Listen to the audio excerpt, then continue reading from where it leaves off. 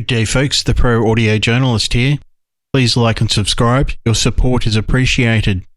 Kurt Cobain's guitar sound. Despite admittedly being a simplistic guitarist, Kurt Cobain is one of the most influential players in history. This influence transcends songwriting to a point where others have scoured the earth and internet trying to replicate his tone. One of the worst things about Kurt's passing is that his tone-chasing journey was sadly cut short. I can't help but wonder what he'd be playing today. I doubt it would be an X-Effects. He was indeed a tone chaser, and what we have in his records is a snapshot of his tone-chasing journey. To start the journey at Nirvana's Bleach record, Kurt was mainly using a Fender Bassman with a Boss DS1 to record. While the Boss pedal has its limitations, there is some magic in running this pedal through a tube amp stage. This rig evolved a little for the making of Nirvana's classic Nevermind album.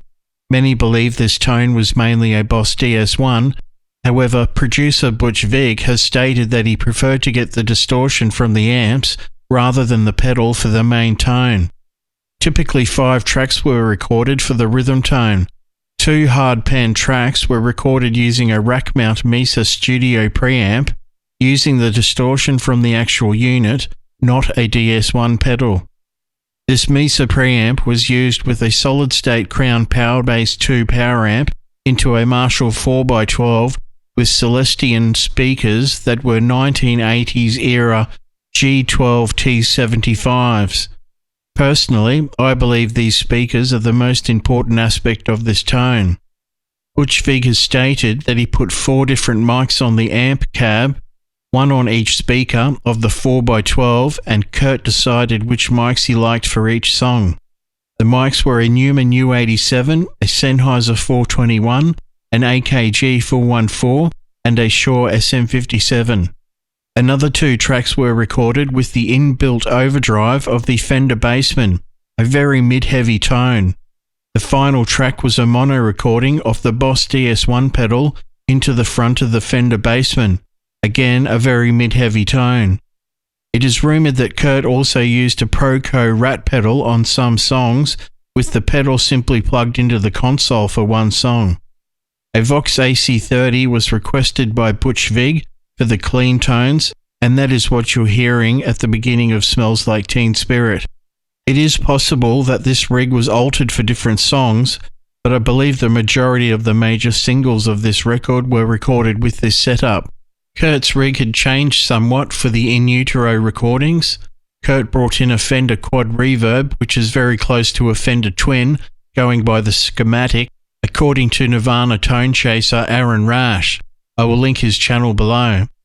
Kurt used a Sans amp pedal into a quad reverb for his main tracks. The Sans amp pedal's volume was pushed to hit the tube amp harder and cause breakup. A Randall amplifier was also brought in the studio by Kurt. I believe the model name was called a Commander, however this has not been documented properly. Producer Steve Albini was using a Neve 8068 console and mic'd up the cabinets with a combination of ribbon microphones.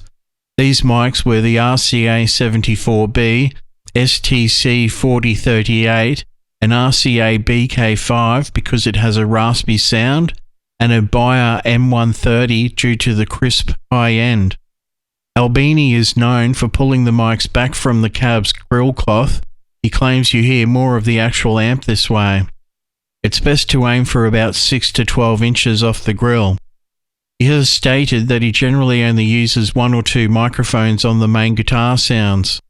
Albini has also stated that he used another microphone for ambient room tones to complement the closer mics.